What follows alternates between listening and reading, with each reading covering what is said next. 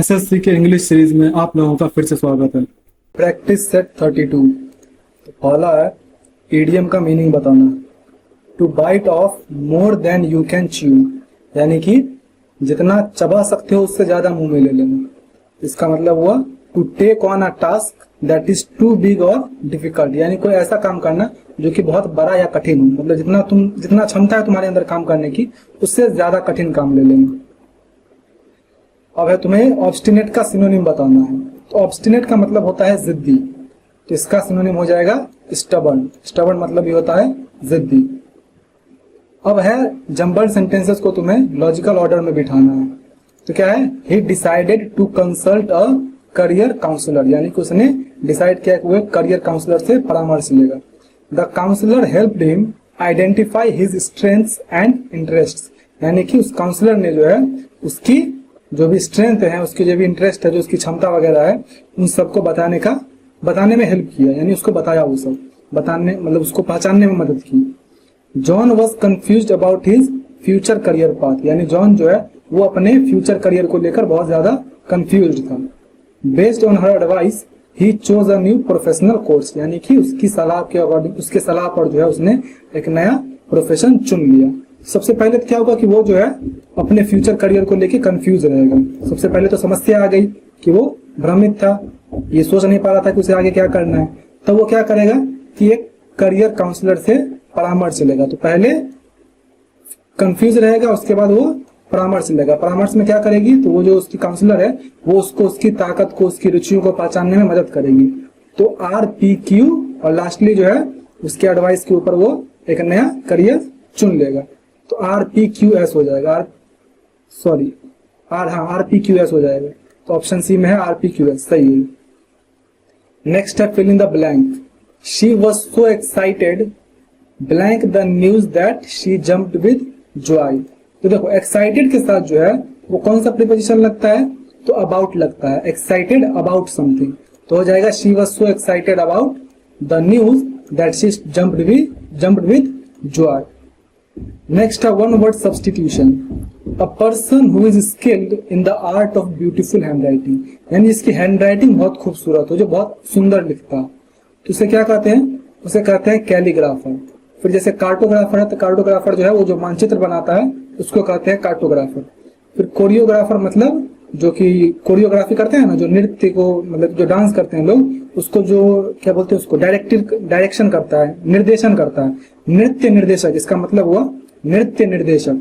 फिर है लेक्सिकोग्राफर, तो इसको तो पता ही है, शब्दकोश बनाने वाले को लेक्सिकोग्राफर कहते हैं, जो डिक्शनरी वगैरह एडिट करता हो। Improve the underline part, he is too strong enough to lift this heavy box, यानी कि बोल रहा है कि पहले तो इस सेंटेंस का तुम भाव समझो कि भाव क्या बोलना चाह रहा है। क्या ये बता रहा है कि वो इतना स्ट्रांग है, मतलब वो इतना भी स्ट्रांग नहीं है कि वो हैवी बॉक्स को उठा सके, या ये बता रहा है कि वो उतना स्ट्रांग है कि हैवी बॉक्स को उठा सकता है।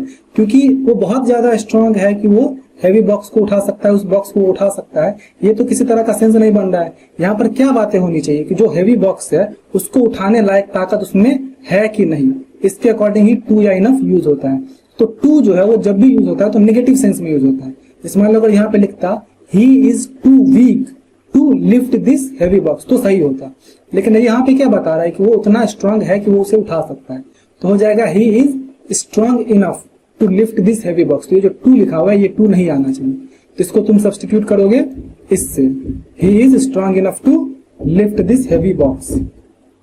नेक्स्ट है तुम्हें इंडायरेक्ट नरेशन में बदलना है। She said I am going to the market now, तो पास्ट फॉर्म में है, तो क्या करोगे, अंदर वाले को पहले तो सब्जेक्ट के अकॉर्डिंग, और इसको तुम जैसे आई एम गोइंग टू लिखा हुआ, it means that present perfect में है, प्रेजेंट कंटिन्यूअस में है, तो इसको पास्ट कंटिन्यूअस में ले जाओ, तो हो जाएगा she said that she was going to the market. अब यहाँ नाउ है तो वहां देन हो जाएगा, तो ऑप्शन ए तुम्हारा करेक्ट हो जाएगा।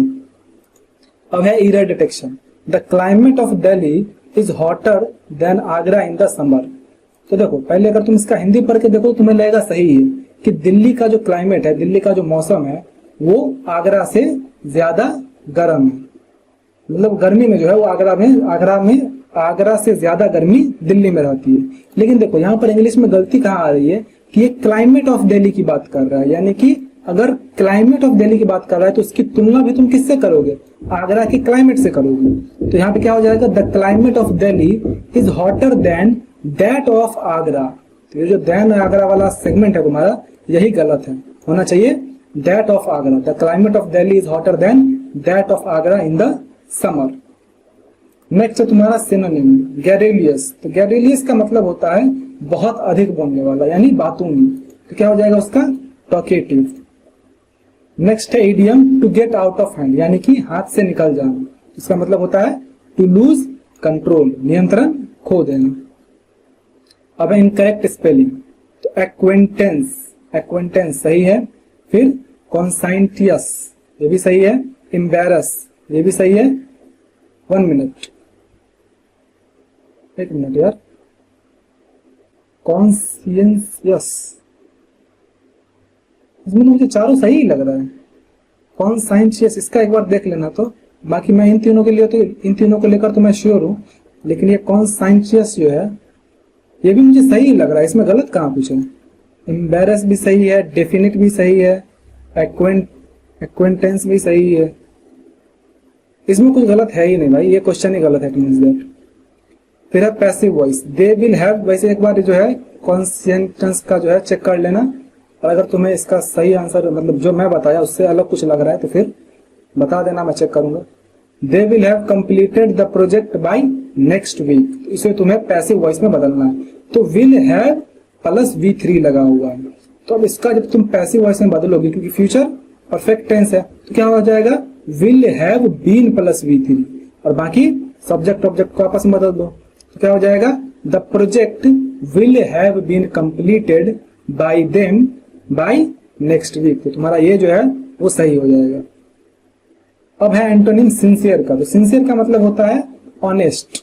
तो इसका तुम्हें क्या पूछ रहा है, एंटोनिम पूछ रहा है। तो क्या हो जाएगा, डिसीटफुल, क्योंकि डिसीटफुल मतलब धोखेबाज होता है। नेक्स्ट है error in sentence, I am tired of waiting for her so I decided to go on without her. तो देखो, I am tired of waiting for her, तो ये सही है। So I decided to go on without her, ये भी सही है। तो इसमें जो है नो ईरर हो जाएगा। नेक्स्ट है तुम्हारा fill in the blank, the new policy is a step blank the right direction, यानी जो नई नीति है वो क्या है, राइट डायरेक्शन से सिर्फ एक कदम दूर है।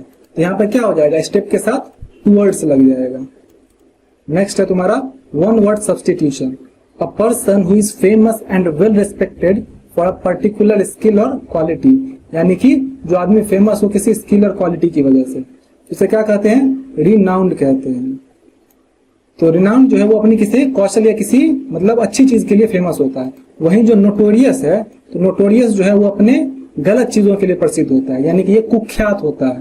प्रसिद्ध तो होता है लेकिन कुख्यात यानी बुरे तरीके से प्रसिद्ध होता है। फिर जैसे ऑब्स्कर है, तो ऑब्स्कर मतलब होता है अज्ञात, जिसको कोई जानता ना। फिर अनोनिमस मतलब भी जो है गुमनाम होता है। नेक्स्ट है एंटोनिम एक्सोडस का। तो एक्सोडस मतलब क्या होता है, एक्सोडस मतलब होता है बड़ी संख्या में लोगों का किसी स्थान से प्रस्थान। तो इसका अपोजिट क्या हो जाएगा, डिपार्चर नहीं होगा। डिपार्चर मतलब भी प्रस्थान होता है। इन्फ्लक्स, हाँ देखो, इन्फ्लक्स का मतलब होता है आना यानी आगमन, तो एक्सोडस का अपोजिट हो जाएगा इन्फ्लक्स। नेक्स्ट है इनकरेक्ट स्पेलिंग, इसमें से कौन सा है, एंटरप्रेन्योर। तो एंटरप्रेन्योर सही है। ब्यूरोक्रेसी, ब्यूरोक्रेसी ये भी सही है। सक्सेसफुल, अब देखो सक्सेसफुल में क्या होता है, डबल सी होता है और डबल एस होता है, तो इसलिए ये जो है वो गलत है। बाकी पैरेलल भी सही है। फिर active voice, the car was being repaired by the mechanic, तो इसका तुम्हें एक्टिव वॉइस में बदलना है। तो was plus being plus V3 है, तो क्या हो जाएगा तुम्हारा सिंपल, सिंपल नहीं, पास्ट कंटिन्यूअस टेंस। तो क्या हो जाएगा, the mechanic was repairing the car. अब है idiom, to have a finger in every pie, तो इसका मतलब होता है कि बहुत सारी विभिन्न विभिन्न गतिविधियों में शामिल होना। तो क्या हो जाएगा, to be involve in too many different things. अब है लास्ट हमारा कंप्रहेंशन। कंप्रहेंशन का कुछ पार्ट जो है इसमें आ गया है, कोई बात नहीं, देख लो। India's rich cultural heritage is a tapestry woven with threads of diverse traditions, languages and art forms, from the classical dances of the south to the vibrant festivals of the north. Each region contributes a unique color to this rich cultural mosaic. This country's history, marked by the rise and fall of various empires, has also played a crucial role in shaping its heritage. The continuous exchange of ideas and beliefs has fostered a spirit of tolerance and unity in diversity.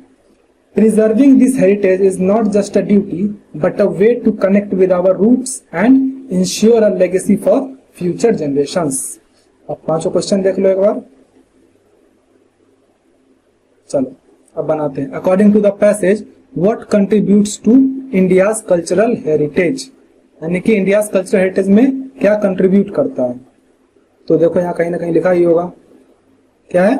From the classical dances of the south to the variant festivals of the north, each region contributes a unique colour to the rich cultural mosaic. क्या हो जाएगा यहाँ पर तुम्हारा? हो जाएगा क्या है? अ सिंगल ट्रेडिशन, नहीं ओनली क्लासिकल डांस, नहीं diverse traditions, languages and art forms. हाँ ये हो जाएगा. बता रहा था ना कि दक्षिण का डांस और उत्तर का क्या तुम्हारा फेस्टिवल्स, ये सब जो है क्या करता है तुम्हारे इंडिया के कल्चर के हेरिटेज में कंट्रीब्यूट करता है.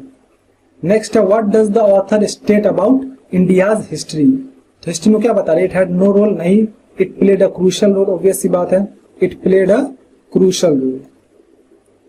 What which word in the passage is a synonym for fostered. तो फॉस्टर्ड का क्या मतलब होता है? फॉस्टर्ड मतलब होता है एक तरह से तुम समझो कि किसी चीज को विकसित करना या प्रोत्साहित करना टाइप का. इसमें क्या है? हिंडर्ड नहीं होगा, डिस्करेज नहीं होगा, नर्चर्ड. नर्चर्ड का मतलब जो है पोषण करना टाइप का होता है. तो ये लगभग जो है विकसित करना जैसा ही हुआ. तो दोनों लगभग सिनोनिम है. नेक्स्ट है what does the author suggest about preserving heritage. तो क्या बोल रहा है? इट इज अ बर्डन, नहीं. It is a way to connect with our roots, नहीं. It is a task for the government alone, नहीं. It has no value. It is a way to connect with our roots. भाई मैं इसको skip कैसे कर दिया? ये होगा it is a way to connect with our roots. मैं रेस्पॉन्सिबिलिटी ढूंढ रहा था कि कहाँ ये बता रहा है कि रेस्पॉन्सिबिलिटी हमारी है कि उसे हम प्रिजर्व करके रखें, लेकिन ये बता रहा है it is a way to connect with our roots, यानी हमारी जड़ों से जुड़ने का एक तरीका है. यही हो जाएगा. नेक्स्ट है what is the central theme of the passage. तो the political history of India, नहीं. The challenges of preserving heritage, तो चैलेंजेस तो नहीं बताया है. The diverse and unifying nature of India's culture heritage, तो हाँ भारत की विविधता को बताया है इसमें. चलो तो इस तरह से तुम्हारा ये भी कंप्लीट हुआ. आपका जो भी स्कोर हुआ कमेंट कर दीजिए एंड मिलते हैं नेक्स्ट वीडियो में.